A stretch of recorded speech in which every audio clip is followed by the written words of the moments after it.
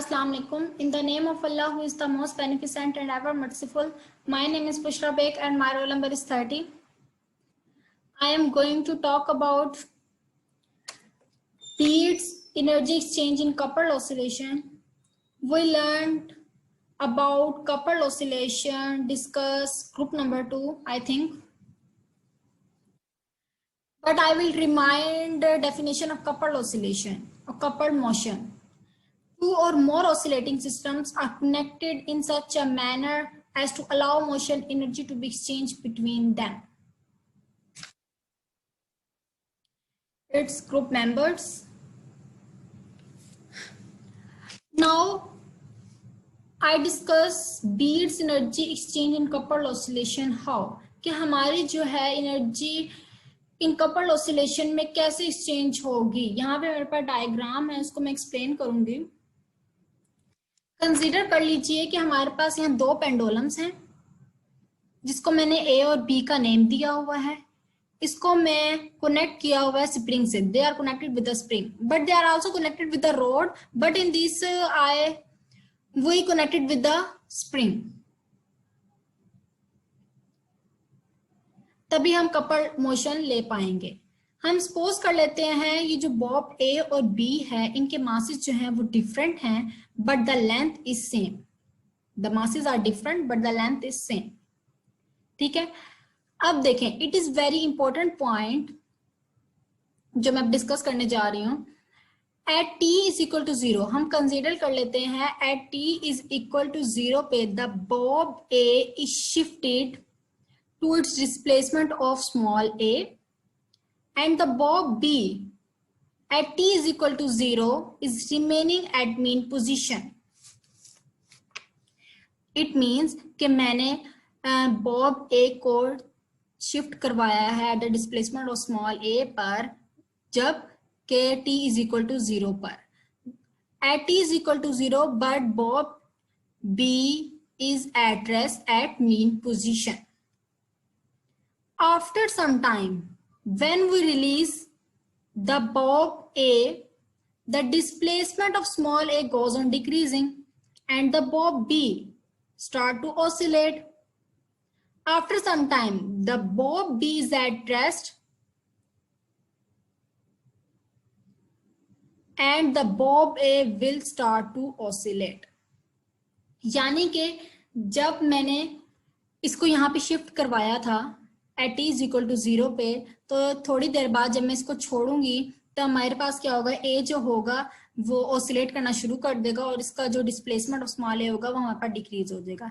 और जब ए at rest position में आएगा तो हमारे पास जो बॉब बी होगा वो will start to oscillate. After फिर थोड़ी देर बाद हमारे पास क्या होगा कि जो बॉब बी है वो रेस्ट पोजिशन पे आ जाएगा और ए जो होगा वो हमारे पास स्टार्ट टू ऑसिलेट करना शुरू कर देगा. In this way the energy is transferred from A to B and B to A. ये नीचे मैंने एक्सप्लेन किया हुआ है इसको. You can read this.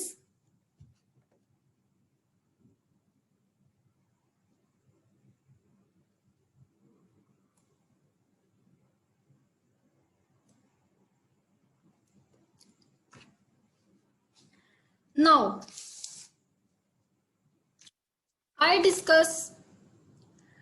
I am here to talk about how the energy from A transfer to energy from B. जैसा कि मैंने आपको बताया कि हमने एनर्जी एक्सचेंज करना है इन कपल ऑसिलेशन में, तो मैंने आपको लास्ट पॉइंट भी बताया कि हमारे पास जैसे कि बॉब मतलब जो बॉब A था वो ऑसिलेट कर रहा था, फिर वो रेस्ट में आ रहा था, और जो बॉब B था वो ऑसिलेट करना शुरू कर देता, फिर वो रेस्ट में आ गया था. इसी तरह जो एनर्जी जो था वो इन दोनों में एक्सचेंज हो रही थी, यानी A से B और B से A. तो अब हम कह रहे हैं how the energy from A transferred to energy from B. This is coupled motion case, and we know that there are two normal modes for this type of coupled motion, and combined superposition of two normal mode is given as psi A is the displacement of our first bob, that is equal to psi A1 displacement from the first normal mode plus psi A2, यहाँ पे 2 आना था हमारे पास, is the displacement from the second normal mode of our pendulum of A, bob A. Similarly, psi b is displacement of our second pendulum b is equal to, यहाँ पे मेरे पास psi b आना था, यहाँ पे ये मिस्टेक हुई हुई है, तो यहाँ psi b1 is the displacement in the first normal mode of b pendulum plus psi b, यहाँ पे भी psi b आना था, 2 is the displacement in the second normal mode of b pendulum. This is for first pendulum, this is for second pendulum. But we written in, we also can write these equations. ये जो हमारे पास दो equations हैं, इनको हम simple harmonic form में भी लिख सकते हैं, not in the normal mode. Simple harmonic form में लिखने के लिए हमें क्या करना है, इस तरह लिख सकते हैं इसको, psi a is equal to, you know, is the displacement of our first pendulum is equal to a1 is the amplitude for the first pendulum cos omega 1 t plus phi 1 indicates the normal mode frequency for the first normal mode, plus and second displacement the second normal mode in pendulum a2 cos omega 2 t phi 2, second type of normal mode within the same case. Similarly, psi b, displacement of our other pendulum, is equal to b1 is also the amplitude of second pendulum cos omega 1 t plus phi 1. It means when it is moving within the frequency of omega 1 and its displacement of phi 1 and the superposition of second normal mode b2 cos phi 2 t plus phi 2. Omega 2 is the second normal mode frequency and phi 2 is the phase difference of harmonic motion. Now we can write these equations in velocity form. So we can differentiate the displacement. ये जो हमारे पास दो equations, अगर मैं इसको equation 1 और 2 का name दूं, इसको मैंने इक्वेशन 1 का नेम दिया, इसको मैंने इक्वेशन 2 का नेम दिया, और जब मैं इनकी वेलोसिटीज लूंगी तो यहाँ पे मैं साई डॉट ए से शो करूंगी. यहाँ पे मिस्टेक हुई हुई है, इनको वेलोसिटीज में कन्वर्ट करने के लिए हम इसका डिफरेंशिएट लेंगे with respect to the time period to find out the velocity. तो यहाँ पे साई डॉट ए आएगा इज इक्वल टू, जब मैंने इसको डिफरेंशिएट किया तो मेरे पास यहाँ पे साई डॉट ए आएगा is equal to minus A omega 1 sine omega 1 T plus phi 1 minus A two omega 2 sine omega 2 T plus phi 2. ये मेरे पास डिफरेंशिएट करने से आया फॉर फर्स्ट पेंडुलम. वेलोसिटी आ गई है मेरे पास साई बी.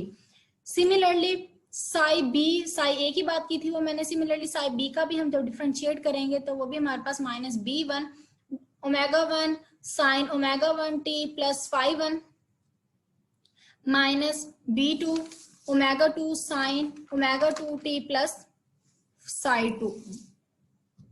2 सॉरी. ठीक है, ये मेरे पास क्या आ गए, वेलोसिटीज आ गए, यानी omega dot A and omega dot sorry psi dot A and psi dot B, ये हमारे पास आ गए, वेलोसिटीज आ गया. नाउ अब हम इनिशियल कंडीशंस की बात करते हैं. जैसा कि मैं आपको डायग्राम के लिहाज से बता चुकी हूं कि at T is equal to 0 displacement of our first verb psi A, मेरे पास क्या था, जैसे मैंने उसको डिस्प्ले करवाया था, सॉरी शिफ्ट करवाया था जब मैंने उसको with the displacement of small A, तो मैंने क्या कहा यहाँ पे at T is equal to 0 psi A जो है वो हमारे पास ए के इक्वल है, और हमारे पास बॉब बी हमारे पास क्या था, एट मीन पोजीशन पर था, यानी टी इज इक्वल टू 0 यानी वो रेस्ट में था, तो वो हमारे पास साई बी क्या हो जाएगा, हमारे पास 0 हो जाएगा. Its velocities at t is equal to 0, psi dot a is equal to 0 and psi dot b is also is equal to 0. These are the four conditions. We can apply a four equations. जो मेरे पास 4 equations हैं, यानी psi dot A, psi dot B और psi A, psi B, यानी जो displacement और velocities मेरे पास total मिला के 4 इक्वेशंस है, इसको मैंने इन पर अप्लाई करना है. Now we can also substitute it. B1 is equal to A1 at first normal condition. When the pendulum is moving with angular velocity omega 1, that is omega naught. At that time, the amplitude of both pendulum is same. When the pendulum is moving with angular velocity omega 2, then the relation in between their amplitude B2 is equal to minus MA A2 divided by MB। और amplitude जो होगा वो हमारे पर depend करेगा mass of the particle पे। जैसे कि मैंने आपको कहा कि जो मेरे पास इनिशियल कंडीशंस हैं, ये वाली कंडीशंस 4 कंडीशन और ये वाली जो कंडीशंस हैं, इसको मैंने 4 इक्वेशंस पे अप्लाई करना है, तो मैंने आगे वही अप्लाई किया हुआ है। Now we can apply 4 equations, 4 condition और 4 equations. From equation 1, displacement of our first bob A1 cos omega 1 t, ये जो हमारे पास इक्वेशन है। अब देखें यहाँ पे, जैसे कि मैंने t इज इक्वल टू 0 आपको कहा था, तो यहाँ पे मैंने t की जगह क्या पुट कर दिया है, यहाँ पे मैंने 0 पुट कर दिया है। एज इट इज 5 1 ऐसे आ जाएगा, यहाँ पे भी मैंने t की जगह 0 पुट कर दिया, तो हमें वी गेट क्या मिलेगा। और यहाँ पे देखें साई a की जगह मैंने स्मॉल a पुट किया है, क्योंकि हमारी कंडीशन ही यही थी। तो मैंने कहा small a is equal to A1 cos 0 हो जाएगा, तो A1 cos 5 1 plus A2 cos 5 2, इस एक हमारे पास ये वैल्यू आ गई है। ठीक है, ये हमने इक्वेशन 1 अप्लाई किया, इसी तरह हम इक्वेशन 2 पे भी अप्लाई करेंगे, 3 पे भी अप्लाई करेंगे एंड देन 4 पे भी अप्लाई करेंगे। तो इक्वेशन 2 पे अप्लाई करके देखते हैं। साई बी हमने कहा था कि मेन पोजीशन पर है एट इज इक्वल टू 0 पे, जिसकी वजह से वो 0 है, तो यहाँ पे हमने 0 पुट कर दिया। इज इक्वल टू यहाँ B1 था, तो यहाँ पे A1 कैसे है, क्योंकि मैंने सब्सटीट्यूट कर दिया है B1 की जगह। जहां जहां B1 और B2 की बात होगी वहां पे मैं A1 और A2 यानी सब्सटीट्यूशन हुई है। ठीक है, कोस यहाँ पे t की जगह 0, यहाँ पे मैंने डायरेक्ट किया हुआ है, जैसे कि क्योंकि मैंने ऊपर समझा दिया था, तो यहाँ पे मैंने डायरेक्ट ली दे, t की जगह सिर्फ 0 आ जाएगा, तो यहाँ पे हमारे पास क्या बन जाएगा, cos 5 1 बन जाएगा। ठीक है, सिमिलरली B2 की वैल्यू पुट कर दी। B2 की वैल्यू जैसे कि हमने पीछे लिखी हुई थी ये वाली वैल्यू, उसी तरह वो मैंने यहाँ पे पुट कर दी है। B2 की जगह मैंने माइनस MA, क्योंकि यहाँ प्लस था तो वो माइनस था, plus minus minus minus MA A2 divided by MB, यहाँ पे 0 हो गया, तो ये हमारे पास cos 5 2 हो जाएगा। फ्रॉम इक्वेशन 2 में पुट करने से हमारे पास ये वाली वैल्यू हुई है। ठीक है, फ्रॉम इक्वेशन 3 में हम इसी तरह पुट करेंगे। फ्रॉम इक्वेशन 3 क्या थी हमारे पास, ऊपर वाली डिस्प्लेसमेंट्स की थी, नीचे वाली हमारे पास वेलोसिटीज क्या थी। तो साई डॉट ए, जैसे कि मैंने कहा t इज इक्वल टू 0 पे वेलोसिटी हमारे पास क्या आ गई, 0 थी। इसी तरह यहाँ पे भी t की जगह जब हम 0 पुट करेंगे तो हमारे पास ये हमारे पास इक्वेशन आ जाएगी। सिमिलरली इक्वेशन 4 में भी हम ऐसे ही पुट करेंगे साई डॉट b, तो हमारे पास क्या आ जाएगी, ये वाली इक्वेशन बन जाएगी। और यहाँ पे मैंने नेक्स्ट स्टेप में सब्स्टिट्यूट कर दिया था कि जहां जहां B1 और B2 होगा वहां पे मैं सब्स्टिट्यूट कर दूंगी A1 और A2। नाउ अब देखें कि एक ये वाली हमारे पास इक्वेशन, जिसको मैंने इक्वेशन नंबर D का नेम दिया हुआ है, और मेरे पास इक्वेशन नंबर C, जिसको मैंने इक्वेशन नंबर C का दिया हुआ है। यहाँ पे हमारे पास sin phi 1 और sin phi 2 की बात हो रही है कि अगर मैं sin phi 1 is equal to 0 and sin phi 2 is equal to 0 कब पुट करूंगी, when at time both equation will result in 0। In equations में हम ये बात करेंगे कि हमारे पास sin phi 1 and sin phi 2 is equal to 0 when if only at that time both equation will result in will be 0। ठीक है, now अब हम पीछे इक्वेशंस जो हमने इस इक्वेशन A और B का नेम दिए हैं, यहाँ पे आप देखें कि A1 और A2 है हमारे पास, जो कि हमारे पास एक अननोन वैल्यू है। तो अगर हम इनको फाइंड करेंगे, फाइंड करने के लिए हम इन दो इक्वेशंस का यूज करेंगे। दो इक्वेशंस को हम कैसे यूज करेंगे, हम इनकी ऐड कर लेंगे और आपस में इनको सब्ट्रैक्ट कर लेंगे। सब पहले हम सब्ट्रैक्ट कर लेते हैं, जिसकी वजह से हमारे पास कौन सी वैल्यू आ जाएगी।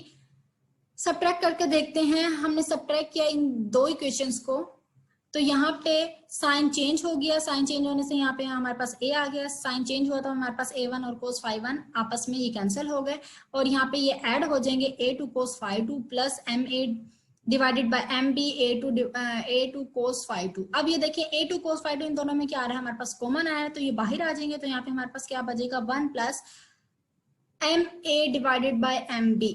तो नेक्स्ट स्टेप पे मैंने इसका डायरेक्ट एलसीएम लिया हुआ है, तो यहाँ पे हमारे पास एलसीएम लेने से क्या आ जाएगा, MB plus MA divided by MB आ जाएगा, और A2 cos phi 2 ये हमारे पास दैट इज कॉमन था। नेक्स्ट स्टेप पे मैंने क्या किया कि इस वैल्यू को मैं इधर ले गई हूँ, जिसकी वजह से ये रेसिप्रोकल हो गई है, तो वो हमारे पास MB ऊपर चला जाएगा और divided by MB plus MA आ जाएगा। सब्ट्रैक्ट करने से हमारे पास A2 cos phi 2 की वैल्यू हमारे पास आ गई है। ऐड करने से हमारे पास क्या आएगी, A1 cos phi 1।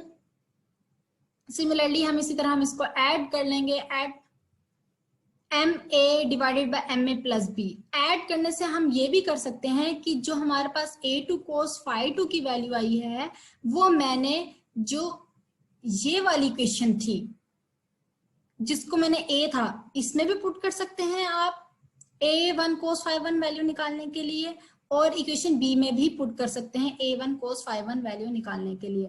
तो मैंने क्या किया है, उसको मैंने इक्वेशन नंबर बी में पुट कर दिया है A1 cos phi 1 वैल्यू निकालने के लिए।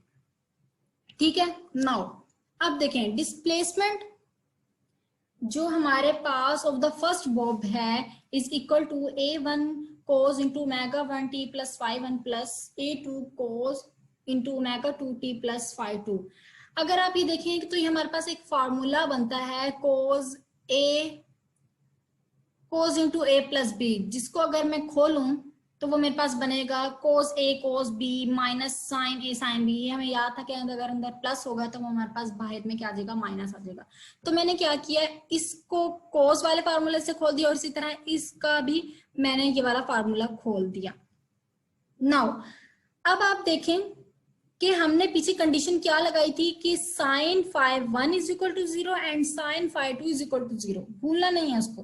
तो उसमें हमने क्या किया है, इसकी जगह साइन phi 1 की जगह भी यहाँ पे हम 0 पुट कर देंगे और साइन phi 2 की भी जगह जब 0 पुट करेंगे तो हमारे पास क्या हासिल होगा, cos omega 1 t cos phi 1 plus A2 into cos omega 2 t, यहाँ पे कोई साइन नहीं है, cos phi 2 जैसे डेट इज ये A1 cos omega 1 t cos phi 2 plus A2 cos omega 2 t, यहाँ पे साइन नहीं आएगा, cos phi 2। ठीक है, ये मेरे पास क्या आ गया, साई ए की वैल्यू।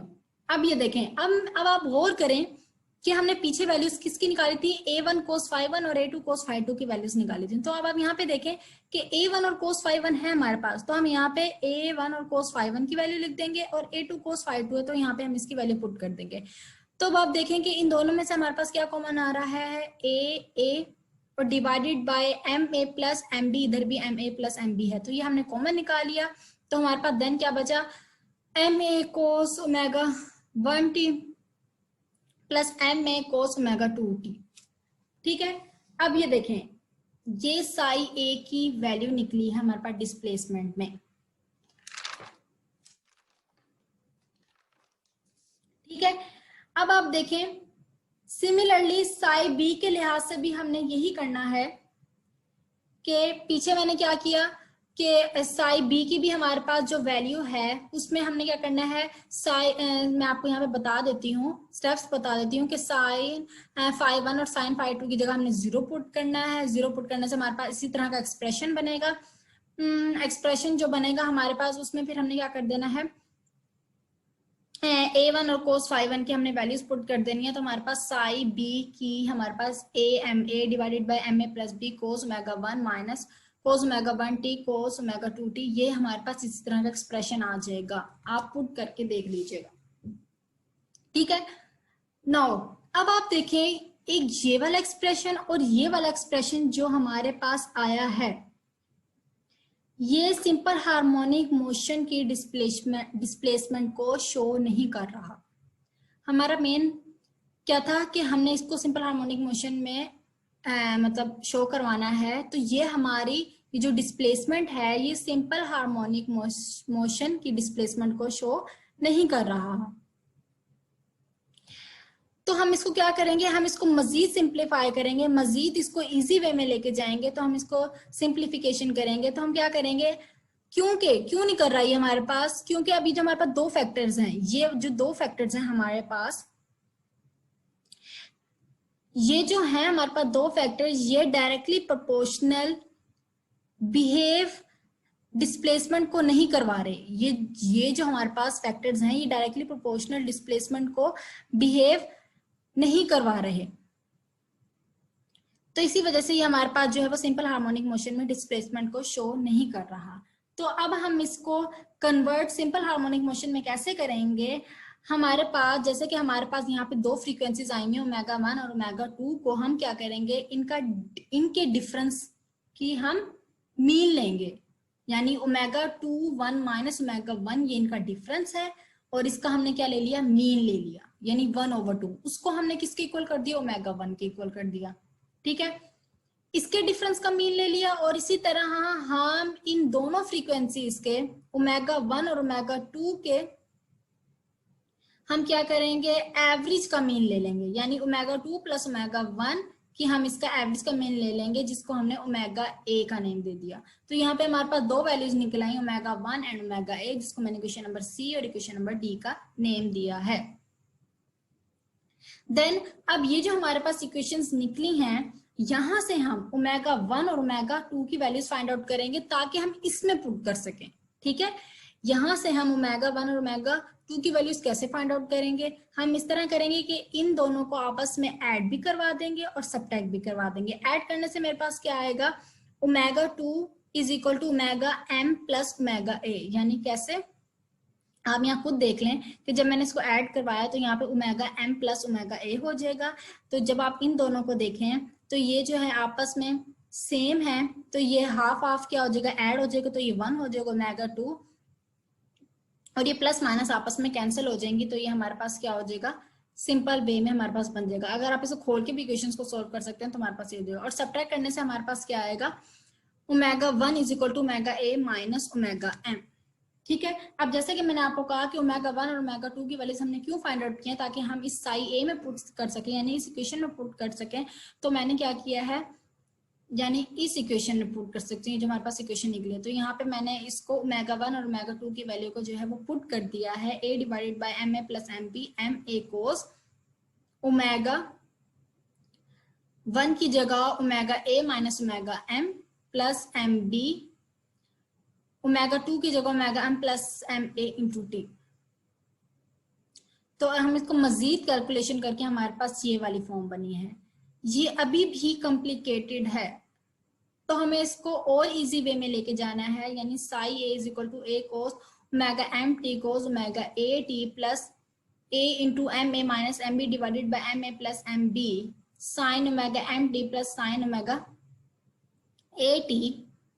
ये जो हमारे पास इक्वेशन आई है ये अभी भी कॉम्प्लिकेटेड है।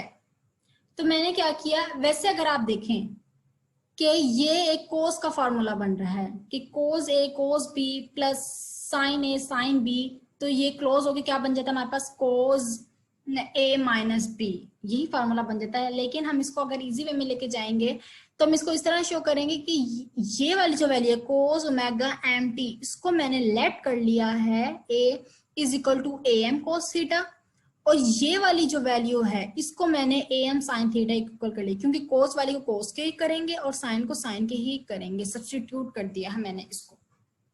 ठीक है, नो अगर हम इन दोनों की इनका एडिंग और स्केयरिंग कर लें तो ये हमारे पास A M square cos square theta plus A M square sine square theta बन जाएगा। ठीक है, और इसी तरह इन दोनों की एडिंग और स्केयर कर लेंगे तो A square cos square omega M T plus A square A M minus M B का होल स्केयर डिवाइडेड बाई ये and sine square omega M T. तो यहाँ पे हमारे पास जो sine square plus cos square था वो हमें पता है वो 1 के इक्वल होता है, तो यहाँ पे डायरेक्ट लिखा हुआ है। बट हमने ए एम कोस थीटा और ए एम साइन थीटा जो हमने इन दोनों की सब्स्टिट्यूट किया है वो हम इस इक्वेशन में पुट करेंगे, यानी साई ए में पुट करेंगे। साई ए में पुट करने से अब आप खुद देखें, तो जब हमारे पास यहाँ पे ए एम कोस थीटा बन जाएगा और यहाँ पे ए एम साइन थीटा बन जाएगा, तो हमारे पास यहाँ पे मैंने डायरेक्ट लिखा हुआ है, मैं आपको यहाँ बता देती हूँ। तो यहाँ पे हमारे पास फार्मूला बन जाएगा, तो यहाँ पे जब मैं A M cos theta put करूंगी तो ये A M cos theta cos omega A T plus A M sine theta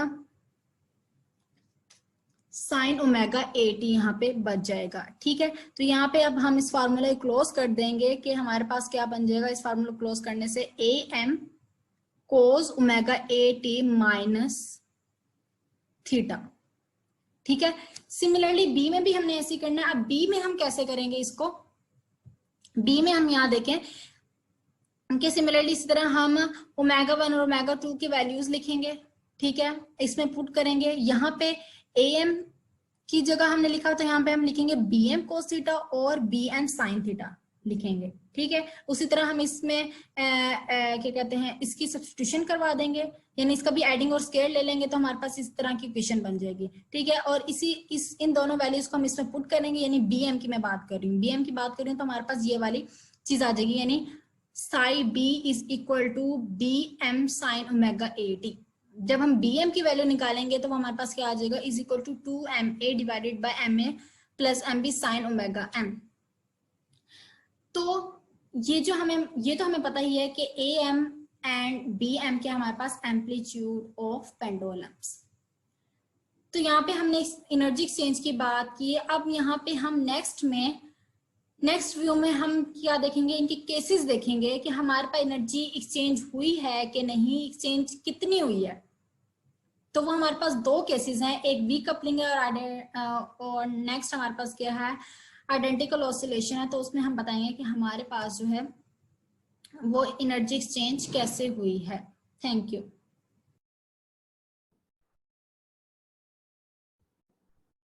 Now we are discussing of case of distributed energy exchange. First one case of weak coupling. It must be understood that the node represents simple harmonic motion since A and B vary with time. But if the coupling bed varies weak, for example K very small, then we will be only slightly higher than omega 1 will be very small, so that A and B will take a long time to change appreciably.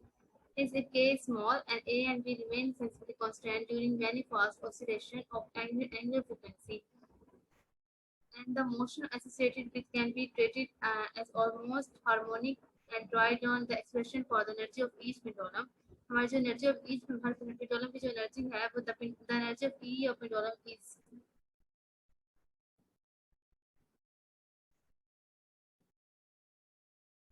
जो energy का formula होता है वो है E is equal to 1/2 m v का v square होता है। तो हमने यहाँ पर दिया हाफ एम वी की जगह ओमेगा ओमेगा स्क्वायर के स्क्वायर, ठीक है। E जो है वो इक्वल होता है 1/2 m A omega square A m square. और ऊपर डिस्कस कर दिया है ए एम स्क्वायर की जो वैल्यू है वो A square bracket M A square plus M B square plus 2 M A M B cos omega M T divided by m a plus m b whole square. ठीक है, let we E be the energy of pendulum A at is equal to 0. This equation at t is equal to 0 put in equation 1. हम a m square की जो value है वो इस वाली equation में E a is equal to 1/2 m a omega a square a m square में put कर देंगे। तो हमारी जो इक्वेशन बनेगी वो बनेगी E a is equal to 1/2 m a omega square a square bracket m a square plus m p square plus 2 m a 2 m b cos 2 omega m t divided by m a plus m b whole square, ठीक है। और जो अभी हमने ऊपर बताया कि हमारे जो E जो है एनर्जी है E इज इक्वल टू वो इक्वल होती है half m a omega square a square के, ठीक है। और हम जब ये जो half m a omega square a square है हम इसकी जगह पर E पुट कर देंगे। Next slide. तो हमारी जो इक्वेशन बनेगी E a is equal to E bracket m a square plus m b square plus 2 m a 2 m b cos 2 omega m t divided by m a plus m b whole square. Similarly अभी हम लोग पर जो find किया वो E मतलब energy of A Bob की है, ठीक है। और सिमिलरली हमने जो energy of pendulum B is given by E B is equal to 1/2 m b omega b square m b square m b square की वैल्यू है जो वो इक्वल है 2 am divided by m a plus m b sin omega m t omega. अब ये m b B M square की जो value है वो इस वाली equation E B is equal to 1/2 m b omega b square m b m square में put कर देंगे। बाय पुटिंग वी गेट हमें जो एनर्जी ऑफ बी पेंडुलम की जो एनर्जी मिलेगी वो मिलेगी E B is equal to 2 m a m b divided by m a plus m b whole square E 1 minus cos omega 2 minus omega 1 t।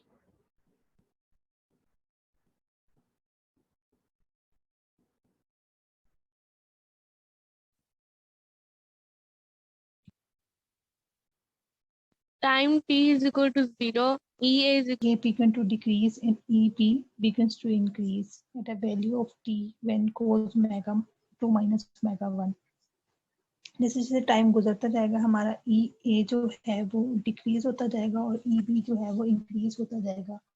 Value ई की value cos omega 2 minus omega 1 derivation ऊपर सारी हम पहले calculate कर चुके हैं। When t is equals to -1 EA becomes minimum value। जब हमारा टाइम -1 होगा तो EA की मिनिमम वैल्यू होगी। EA minimum is equal to जिसकी इक्वेशन ये है EA minimum is equals to E into MA minus MB whole square over MA plus MB whole square. And EB becomes maximum given by EB maximum is equals to E for MA MB over MA plus MB whole square. हमारा E है बिल्कुल minimum हो जाएगा और EB maximum हो जाएगा। तो हम डिस्कस कर चुके हैं कि EA डिक्रीज हो रहा है और EB इंक्रीज हो रहा है। Next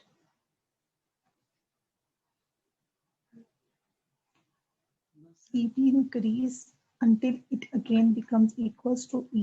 The repeat the value of T when E becomes maximum equal to E are given by। जब हमारा ये मैक्सिमम हो जाएगा तो उसकी जो वैल्यूज होंगी वो कुछ इस तरह मिलेंगी। cos omega 2 minus omega 1 is equals to +1 and IE example जो हमारी ओमेगा जहाँ पर होगा वो 0, 2 पाई, 4 पाई and so on up to। Next,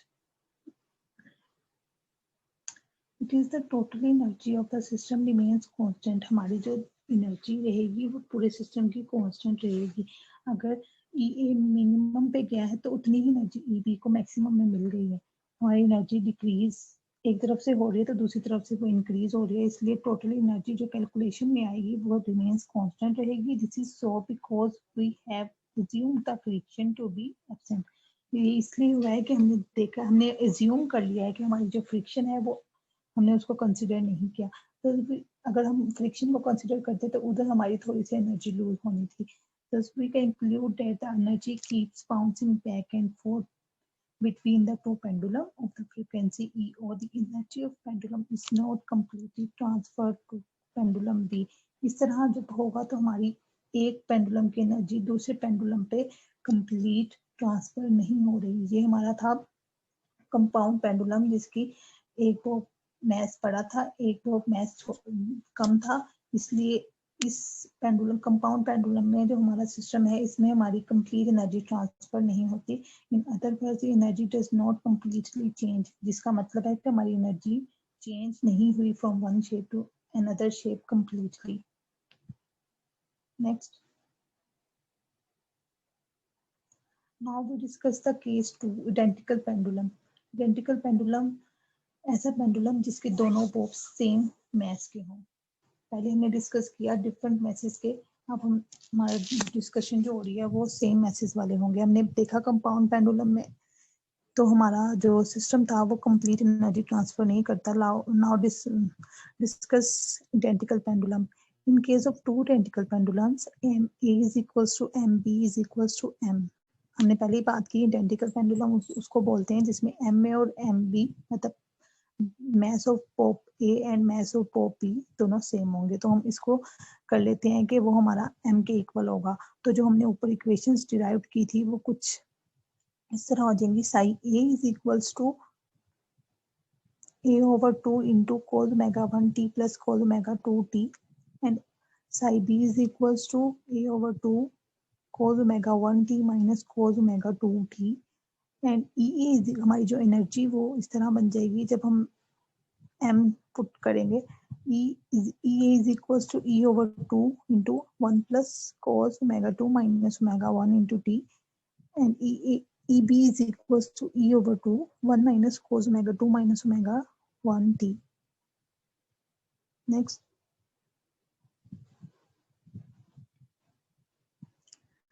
notice that E minimum is equals to 0 and EB maximum is equals to E। हमने ये notice किया है जो हमारा ए मिनिमम है ना वो 0 पे जाएगा और जो मैक्सिमम उसकी EB की मैक्सिमम पोजीशन हो मैक्सिमम एनर्जी होगी वो E होगी हमारे पास। Thus if the both mass are equal, अगर both के दोनों मैस जैसे हम आइडेंटिकल पेंडुलम करें तो एनर्जी एक्सचेंज कंप्लीटली। तो इसमें ये में है कि अगर दोनों बॉब के मैसेज सेम होंगे तो हमारी एनर्जी टोटली एक्सचेंज हो जाएगी। कंपाउंड पेंडुलम में नहीं हुई थी लेकिन आइडेंटिकल पेंडुलम में हो जाएगी। The energy of each pendulum oscillate between a minimum value of 0 and maximum value of E. हमारे जो पेंडुलम्स हैं वो किस तरह रोटेट करेंगे, मूव करेंगे मिनिमम वैल्यू ऑफ ए की जो कि है 0 और मैक्सिमम वैल्यू तक जो कि है E. In figure show tap psi A psi B A M B M N E B vary with time. हमने देखा कि जो हमारी फिगर में हमने देखा है कि हमारे जो सारी आइडेंटिटीज हैं ये सारी चेंज हो रही हैं टाइम के साथ। Notice that E A and E B is to not vary harmonically with time. तो कहते हैं कि ये वेरी तो कर रहे हैं लेकिन एक तरह से नहीं कर रहे, ये हार्मोनिकली नहीं है। बातें 2 मिनट रोको रिकॉर्डिंग। नेक्स्ट, ये हो गया पूरा।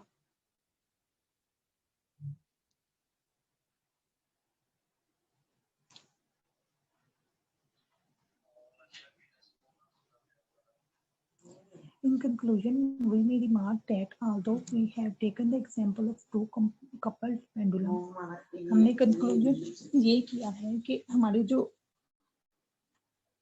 हम एग्जाम्पल हमने कपल पेंडुलम्स की ली है। The mathematical techniques developed above is very general and it's applicable to any coupled system with 2 degree of freedom। ये है कि जो हमने ऊपर कैलकुलेशन किया ये टू मच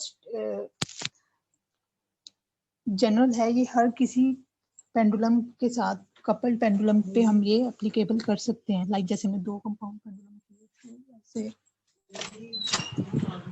और 2 डिग्री ऑफ फ्रीडम मींस कि हमारे या तो जो पेंडुलम्स हैं वो वन साइड मूव करेंगे या दोनों डिफरेंट साइड से मूव करेंगे।